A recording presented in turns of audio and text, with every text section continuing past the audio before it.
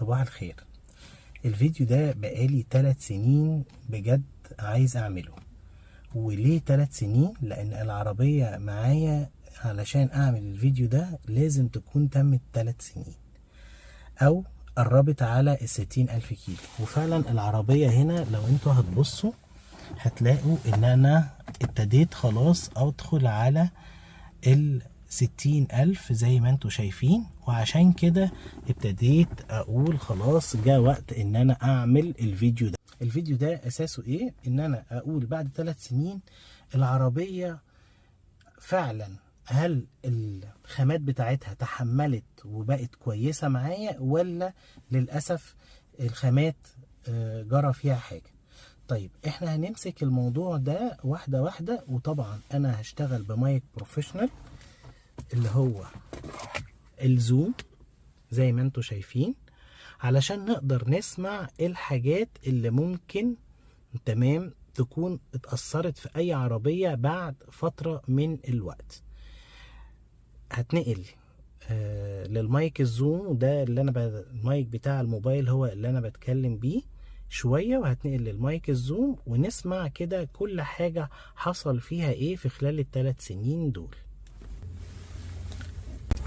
طبعا الشهر اللي فات ده انا اصريت ان انا ما لمعش التابلو ابدا او المع العربية علشان اقدر اعرف بعد 3 سنين الخامات دي عملت ايه معايا وايه اللي حصل فيها. تعالوا كده نبص على الخامات واحدة واحدة. انا بسجل بمايك اهو، وهمسك الحاجات اللي هي بينها فواصل.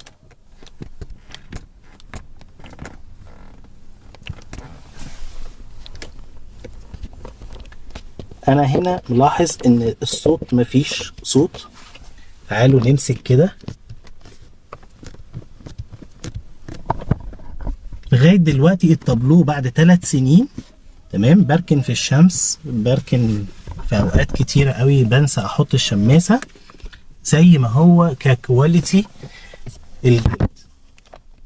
هنا مفيش تزييق زي ما انتوا شايفين. تعالوا نسمع كده البكرات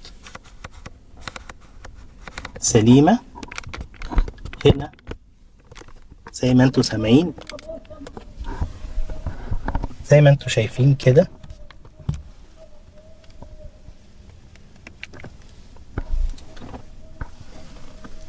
الشاشة زي ما هي، الفواصل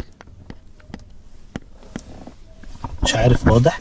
على فكرة في تزييقة دي بين الجاكيت بتاعي والكرسي، فدي مش محسوبة. لو احنا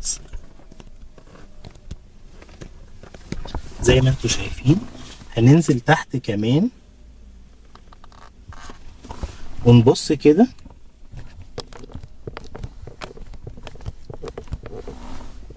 زي ما انتوا شايفين الصوت واصل، يعني بسيط. هنا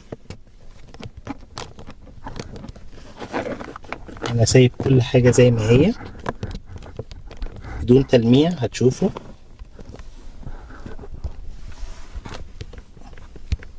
هنا بيتحرك ولكن مفيش صوت. تعالوا بقى الحتت المهمة جدا اللي لازم تاخد بالك منها، ان ده بيحصل فيها تزييق. هنا سامعين؟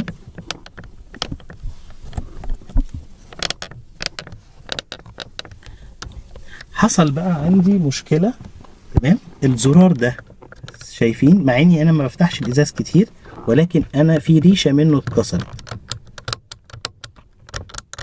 سامعين الفرق؟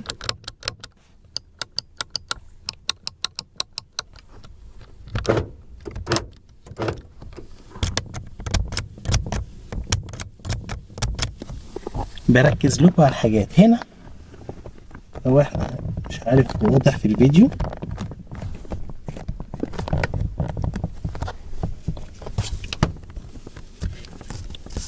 زي ما انتوا شايفين ده زي ما هو بنفس خامته. تمام. هنا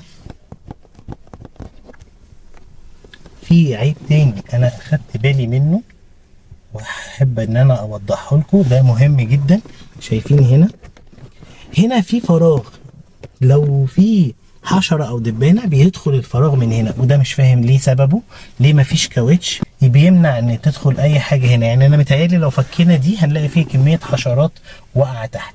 تعالوا كده نبص تاني على باقي التابلو.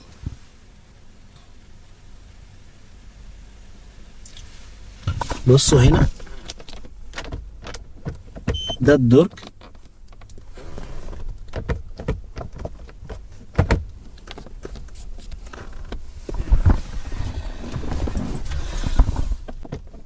هنا مفيش مشكلة، ولكن الحتة دي بتتخربش بسهولة، ناخد بالنا منها.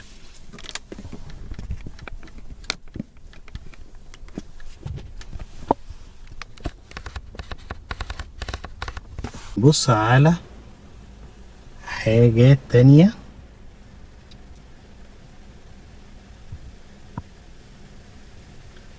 زي هنا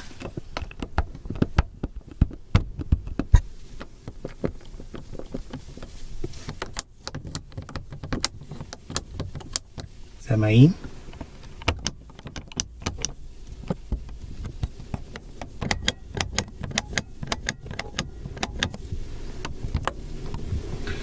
يا رب بس يكون الصوت واصل.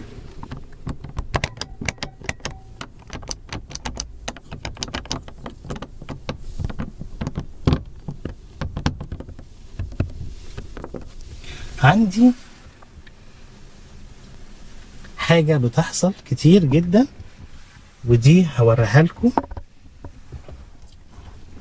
لو احنا فتحنا كده باب العربية هنا بيحصل تزييق في الحتة دي، والحل فيها زي ما انا بعمله، بحط الارمو. تعالوا بقى نبص على حاجة تاني. شايفين ده؟ سامعين اللوس ده؟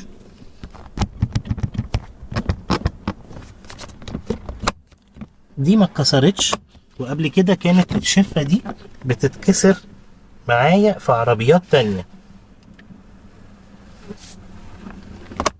لكن هنا فضلت سليمة مع الرغم من اللي انا بعمله معاها كتير جدا.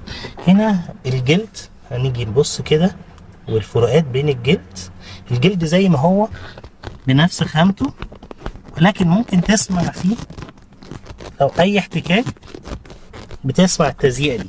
طبعا لو انا ملمع مش هيحصل حاجة. هنا بعد فترة من الاستخدام دي حصلت عندي خلاص. التقشير ده بسيط ولكن تمام، ممكن يعدي جامد جدا، لان انا اكتر حتة طبعا بيحصل احتكاك فيها. طيب الكرسي نفسه هل هو ستيبل ولا لا؟ تعالوا. لا ماسك نفسه كويس، في احتكاك ما بين الجلد والجلد، وده طبيعي. تمام. تعالوا بقى اوريكم الحاجة المهمة جدا. هنا سامعين؟ لو انا مش حاطط الشحم ده هيعمل صوت، في ناس كتيرة قوي بيعمل عندها صوت، لكن انا بحط الشحم ده على طول. ده زي ما انتم شايفين، انا بقرب المايك عشان نسمع اي اصوات. تمام. هنا بقى في سوستة هنا اهوت، لو احنا بصينا هنا تمام، دي في سوستة وانت ماشي ممكن تسمع الصوت بتاعها خلاص. فدي برضو اخدت بالي منها. ده الحاجات اللي انا لاحظتها في العربية وحبيت اقولها بمنتهى الصراحة، علشان نقدر نقرر العربية بعد 3 سنين ايه الاخبار بتاعتها. زي ما انتوا شفتوا انا مسكت كل حاجة، الزراير كلها. بصوا هنا دي الزراير، صوت الزرار اهو، ده ناعم جدا.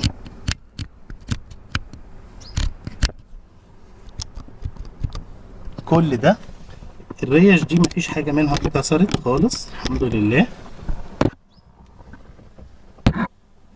معلش اي خبطة تسمعوها دي خبطة في المايك. وبكده اقدر ينتهي الفيديو. يا رب يكون مفيد ونقدر نعرف ونقرر بعد 3 سنين العربية عاملة معانا ايه بالنسبة للحاجات دي. صباحكم فل.